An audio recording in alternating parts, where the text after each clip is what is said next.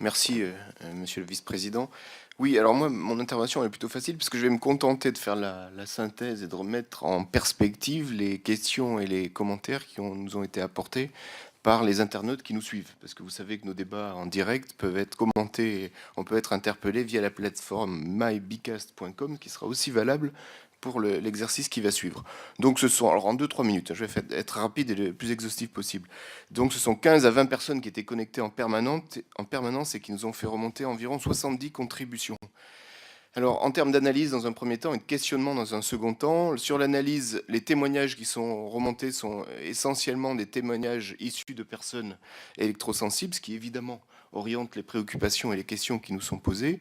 Et j'ai pu noter que différents sujets évoqués par les experts qui ont intervenu les uns après les autres apportent des premières réponses aux questions qui nous ont été posées, reprennent les sujets rencontrés, qu'il s'agisse de l'ANSES, de l'INSERM, de la DGS. Et puis, pour les associations, vous avez aussi repris des préoccupations qui étaient arrivées via les internautes. La typologie de ce qui nous a été remonté est la suivante. Il y a 4 grandes classes de questions qui reviennent. La définition et la compréhension, peu fréquentes ces questions-là. C'est normal parce qu'on est sur des personnes qui sont électrosensibles, donc évidemment qui ne posent pas de questions sur la définition et la compréhension, le diagnostic et le traitement, et puis les questions les plus récurrentes concernent l'action publique et un sujet qui n'a pas été évoqué dans le tour de table, les zones blanches. Donc qui interroge l'action publique en termes de politique de santé publique et d'aménagement du territoire.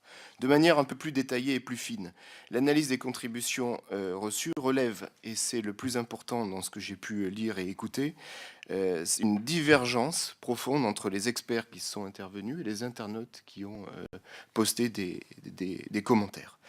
Quelle divergence? Eh bien évidemment, on l'a entendu ici, des experts qui nous disent que les démonstrations restent à faire, que les niveaux de preuve sont insuffisants, alors que nos internautes nous disent la preuve est faite, il y a un problème, comment allons-nous le gérer? De nombreuses demandes de reconnaissance de souffrance où le mot urgence revient régulièrement et des attentes fortes en matière de décision publique, que ce soit de la reconnaissance, la prise en charge ou la protection. Pour terminer, donc, les quelques questions que je vais mettre en évidence parce qu'elles n'étaient pas déjà exprimées par les uns et les autres d'entre nous.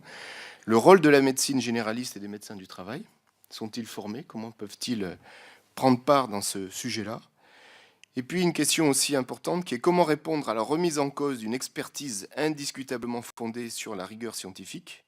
Comment répondre à un ressenti de non-écoute, d'incompréhension et d'exclusion?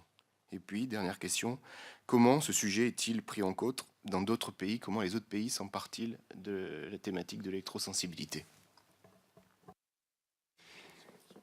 Merci, chers collègues. Cette question de la comparaison avec les actions des autres pays me semble importante. La discussion sur les zones blanches, merci aux internautes de nous la rappeler. Ça peut être zone blanche dans les parties communes, dans les transports, sur les lieux de travail. Il y a plusieurs façons d'aborder les choses. Sur cette question de divergence d'appréciation entre le relatif consensus qui semblait s'exprimer ici pour dire qu'il restait de l'incertitude au niveau scientifique et la conviction des internautes que les preuves sont déjà faites, est-ce qu'il y a un travail particulier ou une référence que les internautes mettent en avant pour dire que la preuve est faite? Ils se basent sur leur ressenti et leur expérience personnelle en disant, ben voilà, soit c'est le Wi-Fi, soit c'est le Linky, soit ils mettent en évidence des troubles qui les concernent en lien avec leur environnement et fondent la démonstration sur la base de cette corrélation entre symptômes et environnement.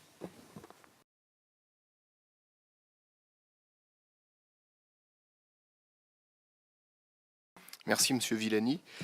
Alors, premier constat, les remarques des internautes qui nous ont suivis sur cette deuxième table ronde sont beaucoup moins nombreuses que pour la première, ce qui s'explique logiquement parce que le sujet est beaucoup plus technique, alors que tout à l'heure on pouvait parler d'eux-mêmes. Et puis c'est peut-être aussi l'effet de la pause méridienne sur lequel on a débordé qui est à l'origine de cette différence. Premièrement, des remarques alors qui ne vont pas vraiment concerner ce qui a été échangé, mais qui me semble important de vous faire remonter des remarques quand même assez nombreuses sur l'expérience vécue à distance de l'observation de nos débats, avec quelques difficultés, on l'a vu avec l'international tout à l'heure, et aussi dans l'exposition des slides. Ce qui voudra dire qu'en termes de retour d'expérience, il faudra savoir mieux gérer la réalisation de ce qui se passe ici dans cette salle. Plus sérieusement sur les interrogations... En clair, on n'est pas au point encore sur la question de la Voilà. visioconférence. Je crois qu'on l'aura remarqué.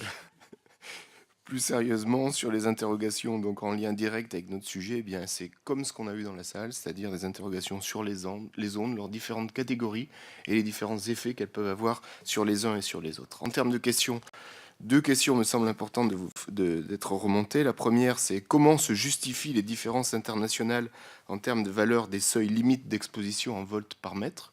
Un internaute nous donne des valeurs qui sont très différentes d'un pays à l'autre. Pourquoi ces différences? Comment peut-on justifier ça? Et une dernière question qui est intéressante aussi, qui soulève peut-être un nouveau débat, c'est quel enseignement des ondes et de leurs effets dans les écoles auprès de nos enfants?